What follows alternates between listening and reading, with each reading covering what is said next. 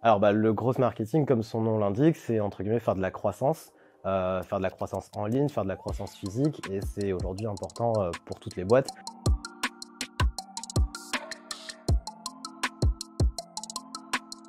C'est vrai que ce mot growth est un peu apparu il y a quelques années, justement.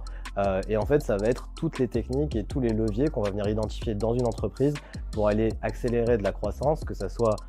sur la présence en ligne en fait, d'une entreprise, pour accélérer un chiffre d'affaires. Et ça peut même être apporté en fait, à des stratégies marketing physiques plus classiques, et en fait qui vont permettre de faire des économies entre guillemets budgétaires pour des entreprises et leur permettre d'atteindre les mêmes résultats. Donc ce qu'on va appeler des économies d'échelle pour une entreprise. C'est une pratique à la base qui est née justement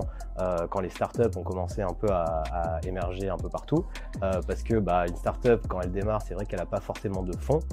beaucoup de fonds entre guillemets pour tout ce qui est la partie marketing. Donc elle va trouver des moyens innovants justement de pouvoir avoir les mêmes résultats qu'une grosse boîte qui a du budget avec des leviers traditionnels, mais avec des enveloppes budgétaires qui sont beaucoup plus minimes, voire déjà des fois quasi inexistantes. Et en soi, c'est pour ça que aussi aujourd'hui, plusieurs grands groupes vont récupérer en fait ces stratégies que va avoir en fait ces startups, ces nouvelles entreprises qui démarrent, parce que ça peut être des stratégies ingénieuses, comme par exemple, Airbnb à la base, quand ils ont démarré, vu qu'ils n'avaient pas forcément de budget pour investir dans la publicité, les médias, le street marketing, etc., en fait, ils ont utilisé le canal de diffusion de Craigslist, qui permettait de déposer des annonces pour déposer justement